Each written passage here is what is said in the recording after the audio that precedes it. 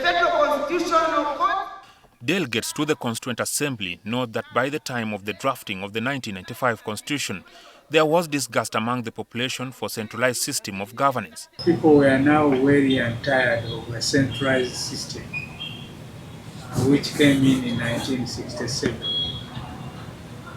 under that Constitution, where all powers were centralized not only in the central government, but mainly in the presidency, the executive. And they wanted this to change, to have power at the local level. And the majority of views were centered on this. The framers of the Constitution approved a unitary system, which decision they defend as having been in exchange for a decentralized system. A strong decentralized system was to allow resources at lower levels, allow even taxation in the districts, so that the money can stay there and the people carry out their own development. That was one of the biggest arguments for why form of government should not be a strong central government. 30 years later, the former delegates to the Constituent Assembly are disappointed with the unitary system. With what I've seen since the coming into force of the Constitution, if I was to revisit form of government, I would vote for a federal system of government. Therefore, Gulu becomes a center. We put their legislative assembly, we put their chief minister, or a governor, or whatever name you want to give those people. Let them run and make sure things are working. Let them not keep on blaming somebody who is sitting in Entebbe. Let the man in Entebbe control certain things which unite all of us. The former Prime Minister, Chintu Musoke, played a central part in influencing fellow Baganda to accept the unitary system. Chintu is at pains that the commitments that softened the hearts of Baganda away from demanding federalism are yet to be fulfilled. Government has failed to handle this. Yes. Buganda makes demands, and the NRM government has not responded. So we are in a stalemate.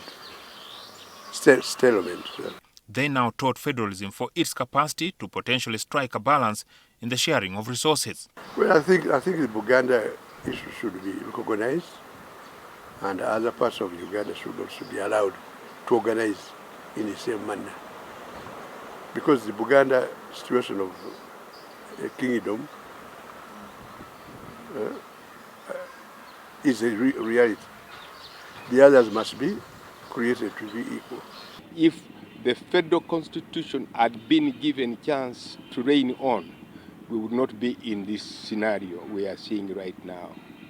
Because we demonstrated in the first 4 years that leadership by sharing powers regionally was a matter that had come to solve our problems in terms of unity and diversity.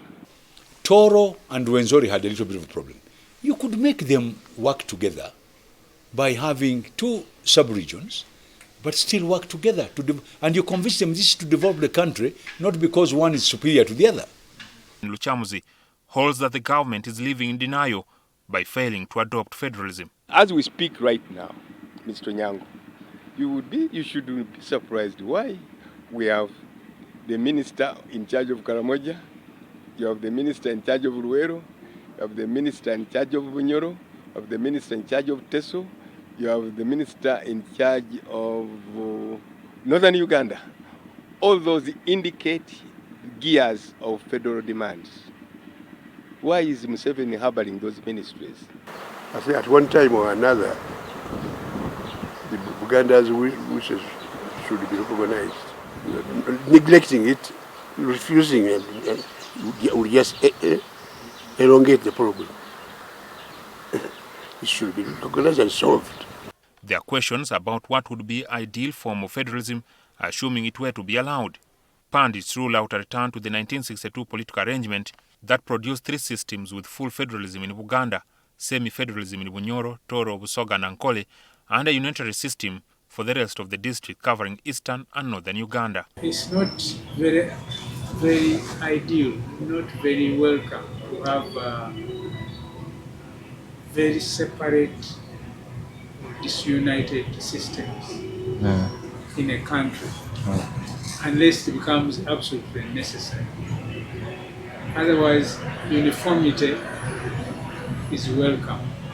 So if we have a system of federalism, it should apply generally to the whole country. The Chief Justice and a former Constituent Assembly delegate, Alfonse Owiny-Dollo, is the only man still in support of the unitary system among the delegates engaged in this story. We've got to debate this thing of when can we go, this is my view, when can we have a federal form of government? When?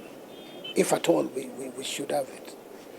I'm not a federalist, but I would listen to the debate. I still believe we're much stronger people together as Ugandans.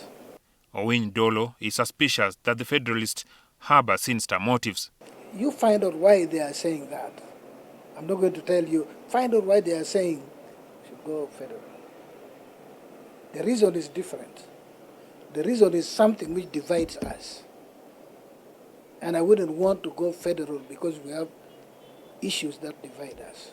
I would want those issues resolved so that if we go federal strictly and solely because it is the best form of having the resources and the benefits of this country equitably distributed.